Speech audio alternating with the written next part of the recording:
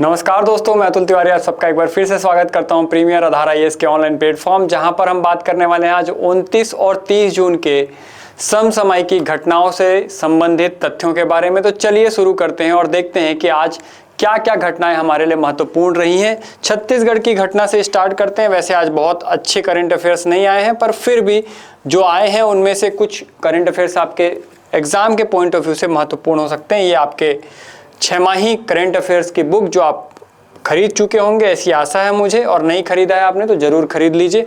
आपकी आगामी परीक्षाओं में ये काफ़ी आपकी मदद करने वाली है। इससे क्वेश्चन फंस चुके हैं, अभी डीओ के एग्जाम में इससे क्वेश्चन आए थे, तो इसको आप जरूर पढ़िएगा। आगे देख रहे हैं Chhattisgarh current affairs. Chhattisgarh current affairs में देख रहे हैं रायपुर और नया रायपुर के बीच आकार ले रहा है एक नया शहरी विस्तार। यहाँ पर डेवलपमेंट किया जा रहा है रायपुर और नया रायपुर के बीच के एरिया को, और इसी के बारे में ये न्यूज़ है। 1077 एकड़ में विकसित हो रही है टाउन डेवलपमेंट स्कीम, जिसमें नियोजित विकास, आधुनिक इंफ्रास्ट्रक्चर और भविष्य में निवेश के अवसर मिलेंगे। आप देखें कि इसका क्षेत्रफल कितना है, तो 1077 एकड़ में ये टाउनशिप प्लानिंग चल रही है, जिसमें लगभग 800 करोड़ का निवेश किया जाएगा। ये रायपुर और नया रायपुर के बीच जो भौगोलिक दूरी है उसको पाट कर ये आर्थिक, स्मार्ट और सुनियोजित शहर कॉरिडोर का निर्माण करेगा। अगर राजनीतिक कनेक्टिविटी देखें तो सेलखड़ी, मंदिर हसौद और नकटी शामिल सड़कों की न्यूनतम चौड़ाई 60 फीट कर दी जाएगी और रायपुर दुर्ग नया रायपुर मेट्रो कॉरिडोर से जुड़ा होगा। यही वो जगह है नकटी जहां पर अभी आंदोलन चल रहा है। आप देख रहे हैं यहाँ से लोगों को प्रतिस्थापित किया जा रहा है ताकि यहाँ पर कुछ नए आकार में शहर को डेवलप किया जा सके, जिससे काफ़ी लोग अभी बेघर हो गए हैं। काफ़ी चर्चित मुद्दा है, तो याद रखिएगा ये हो क्यों रहा है, क्योंकि हम यहाँ पर नया रायपुर कॉरिडोर, रायपुर नया रायपुर कॉरिडोर बनाने जा रहे हैं, इसलिए इसमें शेरी खड़ी, मंदिर हसौद और नकटी का एरिया आ रहा है, और इसीलिए जो नकटी ग्राम के लोग हैं इनको प्रतिस्थापित किया जा रहा है, दूसरी जगह भेजा जा रहा है। और सरकार ये आश्वासन दे रही है कि हम आपको नया घर दे देंगे इसके मुआवजे के तौर पर अभी तक ऐसा हुआ नहीं है। तो काफ़ी सारे जो परिवार हैं इसमें वो सड़कों पर आ गए हैं और आंदोलन चालू हो गया है। देखते हैं आगे इस पर क्या प्रतिक्रिया आएगी सरकार की और वो उसको कैसे हैंडल करती है। पर अभी हमारे लिए ये इम्पोर्टेंट है क्योंकि इसमें क्या बनने वाला है, रायपुर नया रायपुर कॉरिडोर बनने वाला है, इसलिए नकटी गांव, मंदिर हसौद और शेरी खड़ी के लोगों को प्रतिस्थापित किया जा रहा है। आगे देखिएगा, यहीं पर आप एरो सिटी भी देखेंगे जो करीब 215 एकड़ में विकसित होगी। यहाँ पर 5 स्टार होटल, व्यावसायिक केंद्र और प्रीमियर आवासीय परिसर होंगे, जिसका क्षेत्रफल अभी हम देखें टोटल एरिया का कितना है 1077, निवेश है 800 करोड़। एरो सिटी बनेगी 215 एकड़ में और सड़कों की लंबाई यहाँ पर 60 फीट तक होगी। ग्रीन स्पेस 0%, 10% भूमि होगी। भूमि जो है 10% जो भूमि है वो ग्रीन स्पेस में जाएगी। संतुलित भूमि उपयोग हो जाएगा, लगभग 50% भूमि आवासीय उपयोग के लिए प्रयोग की जाएगी, बाकी की भूमि ग्रीनरी और बाकी चीज़ों के लिए यूज़ होगी, तो ये याद रखिएगा। आगे देख रहे हैं नेशनल इंटरनेशनल राष्ट्रीय पल्स पोलियो अभियान 2026, इसकी शुरुआत हो गई है और ये 28 से 30 जून 2026 तक चले जाएगा। क्यों चर्चा में है, तो केंद्रीय स्वास्थ्य एवं परिवार कल्याण मंत्रालय द्वारा भारत को पोलियो मुक्त बनाए रखने के लिए 28 से 30 जून 2026 तक देशव्यापी राष्ट्रीय पल्स पोलियो अभियान चलाया जा रहा है। इसके मुख्य बिंदु देखें तो जो 0 से 5 वर्ष तक के सभी बच्चे हैं उनको पल्स पोलियो के अभियान के तहत ये 2 बूंद जिंदगी की पिलाई जाएगी, पोलियो की बूंदें पिलाई जाएगी। ओरल पोलियो वैक्सीन की 2 बूंद मिलती है इसमें, ये देखिए आपको पिलाते हुए दिख जाएगा। 2 बूंद जिंदगी की इसका प्रसिद्ध नारा है। पहले दिन बूथ आधारित टीकाकरण तथा अगले 2 दिन छोटे बच्चों के लिए घर घर जाकर दवा पिलाई गई है। महत्वपूर्ण ऐतिहासिक तथ्य देख लेते हैं। भारत में पल्स पोलियो कार्यक्रम की शुरुआत जो है 1995 में हुई थी और भारत में पोलियो का आखिरी केस 13 जनवरी 2011 को हावड़ा पश्चिम बंगाल में मिला था और पोलियो मुक्त दर्जा WHO ने भारत को 27 मार्च 2014 को आधिकारिक रूप से पोलियो मुक्त घोषित कर दिया है और इसकी शिकायतें आना अब ऑलमोस्ट बंद हो गई है। लेकिन हम क्योंकि नए बच्चे, नवजात बच्चों को पोलियो की इन फ्यूचर कोई बीमारी ना हो जाए, इसलिए ये अभियान चला रहे हैं। आगे देखते हैं कब से कब तक चल रहा है, ये इंपॉर्टेंट है, 28 से 30 जून, ये याद रखिएगा। आगे देख रहे हैं ब्रैक्ट्री बैक्टीरियम नेताजी।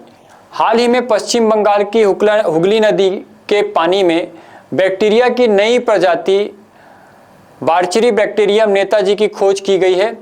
इसका नामकरण नेताजी सुभाष चंद्र बोस के सम्मान में किया गया है। ये जो है एंटिनो बैक्टीरिया जो है उस संघ का है, फाइलम का है। अगर प्रदूषण नियंत्रण देखें तो ये पी नाइट्रोफेनॉल जैसे विषैले औद्योगिक रसायन कीटनाशकों का अपघटन करने में सहायता करता है, काफी उपयोगी है हमारे लिए। कहाँ खोजा गया है तो याद रखिएगा हुगली नदी पश्चिम बंगाल में खोजा गया है। अगर हम देखें भारी धातु सहिष्णुता, आर्सेनिक, कैडमियम, सीसा एवं लेड, पारा, मरकरी की उपस्थिति में भी यह जीवित रह सकता है। और हेलोटोलर्न्ट 9% तक खारे पानी में भी ये पनप सकता है, जो खारे पानी है उसमें भी ये जीवित रह सकता है। इसका उपयोग क्या किस चीज के लिए किया जाता है तो प्रदूषित जल एवं औद्योगिक अपशिष्ट के उपचार करने के लिए ये बैक्टीरिया जो है उपयोगी है। यहाँ पर उसके बारे में थोड़ी सी तथ्य देख लेते हैं।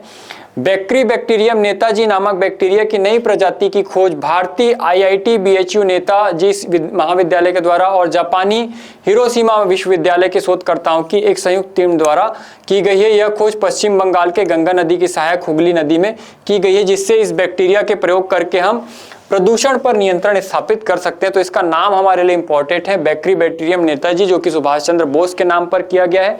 कहाँ मिला है तो याद रखिएगा पश्चिम बंगाल हुगली नदी पर। आगे देखते हैं नेक्स्ट। अब व्हाट्सएप पर मिलेगी आयुष्मान भारत की सुविधा। लॉन्च हुआ आयुष्मान सारथी AI चैटबॉट। योजना के लाभार्थी व्हाट्सएप के जरिए 24 घंटे सेवाओं का लाभ उठा सकेंगे। ये सुविधाएं मिलेंगी, देख लेते हैं। पात्रता की जांच हो जाएगी, यहीं से आपको आयुष्मान कार्ड बनवा सकते हो, eKYC करवा सकते हो, आधार लिंक करवा सकते हो, आयुष्मान कार्ड अनलॉक और लॉक कर सकते हो आप यहीं से। 70 या उससे अधिक बीमारियों के इलाज का रिकॉर्ड रख सकते हो आप। वॉलेट और इलाज का रिकॉर्ड देखना है, यहाँ से दिख सकता है आपको। आसपास के सूचीबद्ध जितने भी लिस्टेड हॉस्पिटल्स होंगे उनके नाम मिल जाएंगे। शिकायत दर्ज कर सकते हो और उसे देखने और शिकायत को वापस लेने की सुविधा होगी। कॉल बैक का अनुरोध कर सकते हैं आप। अस्पताल से छुट्टी मिलने के बाद सेवा पर फीडबैक दे सकते हैं। कुछ इस प्रकार का आपको दिखाई देगा। नमस्कार, मैं आपका आयुष्मान सारथी हूँ, मैं आपके सिक्के कैसे सहायता कर सकता हूँ। आप जो करवाना चाहते हैं उस नंबर को आप यहाँ टाइप करके भेजेंगे तो ये सुविधा आपको मिल जाएगी। चैट बॉट के रूप में रहेगा, आप उससे बात कर सकते हैं चैटिंग के थ्रू। केंद्रीय स्वास्थ्य मंत्री JP नड्डा ने सोमवार को आयुष्मान सारथी नामक PMJ का व्हाट्सएप चैटबॉट लॉन्च किया है। इसका नाम याद रखिएगा PMJ। जब आयुष्मान भारत योजना के लाभार्थी व्हाट्सएप के जरिए 24 घंटे सेवाओं का लाभ उठा सकेंगे। इसके जरिए लाभार्थी जो है PMJ की पात्रता जांच, नया आयुष्मान कार्ड बनवाना, कार्ड डाउनलोड करना, eKYC, आधार लिंक, कार्ड लॉक करना, अनलॉक करना और इलाज का रिकॉर्ड और वॉलेट में बैलेंस चेक कर सकते हैं इस चैटबॉट के द्वारा। तो याद रखिएगा आयुष्मान सारथी चैटबॉट का नाम है, जो कि 29 जून 2026 से प्रारंभ कर दिया गया है। आप इसका यूज करके देख सकते हैं। आगे देख रहे हैं आप, इसमें इस वाले नंबर पर व्हाट्सएप नंबर पर हाय भेजें और पाए आयुष्मान भारत की सुविधाएं। इस नंबर पर हाय लिख के ये AI चैटबॉट को लॉन्च कर सकते हैं। आगे देखिएगा, operation Amistad, India army 8 team leaves for the earthquake hit Venezuela. Operation Amistad जो है ये भारत सरकार द्वारा वेनेजुएला में आए विनाशकारी भूकंप, जो कि 7.2 to 7.5 तीव्रता का था, के बाद शुरू किया गया एक व्यापक मानवीय सहायता और आपदा राहत मिशन है, जिसमें हम वहां के लोगों को बचाने जाएंगे। स्पेनिश भाषा में अमिस्ताद का अर्थ होता है मित्रता, जो भारत और वेनेजुएला के बीच एकजुटता को दर्शाता है। अगर हम देखें भारत द्वारा राहत के लिए चलाए गए और कौन कौन से मिशन है, तो देखिए कि 2025 में ऑपरेशन सिंधु चला था, जिसमें ईरान और इजराइल से भारतीय लोगों को निकाला गया था। ऑपरेशन सद्भाव 2024 में चलाया गया था, जो कि टाइफून यागी से पीड़ित म्यांमार की सहायता के लिए हुआ था। ऑपरेशन दोस्त 2023 में चलाया गया था, ये टर्की और सीरिया में भूकंप के बाद राहत और बचाव कार्य के लिए चलाया गया था। ऑपरेशन गंगा 2022 में चलाया था हमने, ये यूक्रेन रूस युद्ध में फंसे भारतीयों को निकालने के लिए चलाया गया था। और ऑपरेशन देव शक्ति 2021 में चलाया गया था, ये अफगानिस्तान से भारतीयों और अफगानों को बचाने के लिए चलाया गया था। तो ये याद रखिएगा कि अभी अमिस्ताद चलाया जा रहा है। आगे देखिए, ब्लू हॉरिजॉन ग्रीन विजन। प्रधानमंत्री नरेंद्र मोदी को मिला सेल्सियस का सर्वोच्च सम्मान। सम्मानित की तिथि देखिए 28 जून 2026 को। सम्मान प्रदाता थे डॉक्टर पैट्रिक हरमिनी द्वारा, जो कि सेशल्स के राष्ट्रपति हैं। जलवायु कार्यवाही, हरित विकास और छोटे द्वीपीय देशों के हितों को बढ़ावा देने के लिए पीएम मोदी को लंबे समय से प्रयास के कारण ये पुरस्कार प्रदान किया गया है। यह सेशल का सर्वोच्च पर्यावरण और राष्ट्रपति सम्मान है, जो प्रधानमंत्री नरेंद्र मोदी को पर्यावरण संरक्षण, समुद्री संसाधनों के टिकाऊ प्रबंधन और जलवायु परिवर्तन के खिलाफ उनकी वैश्विक लीडरशिप के लिए दिया गया है। भारत और सेशल्स के बीच रक्षा, अंतरिक्ष, डिजिटल भुगतान समेत 19 समझौते पर हस्ताक्षर हुए हैं। यह पहली बार है जब विशिष्ट सम्मान किसी अंतर्राष्ट्रीय नेता को प्रदान किया गया है। तो ये सेशल्स के द्वारा किसको दिया गया है? तो हमारे माननीय प्रधानमंत्री नरेंद्र मोदी जी को दिया गया है। अदर फॉरेन अवार्ड्स भी देख लेते हैं। Order of the polar star, ये स्वीडन के द्वारा 17 मई को दिया गया था। Norwegian order of merit Norway के द्वारा 18 मई को दिया गया था। और order of the white double cross Slovakia 15 जून को दिया गया था। ये सारे पुरस्कार प्रधानमंत्री नरेंद्र मोदी को प्राप्त हो चुके हैं। हो सकता है आने वाले एग्जाम में आपसे पूछ ले।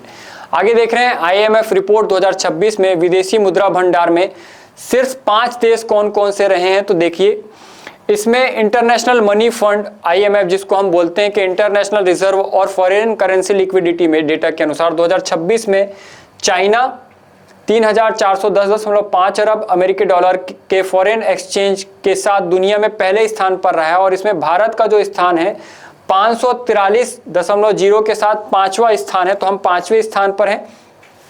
कौन कौन से देश हैं? तो चाइना पहले नंबर पे है, जापान दूसरे नंबर पे है, स्विट्जरलैंड तीसरे नंबर पे है और ताइवान चौथे नंबर पे, और 5वें नंबर पर जो है वो इंडिया है।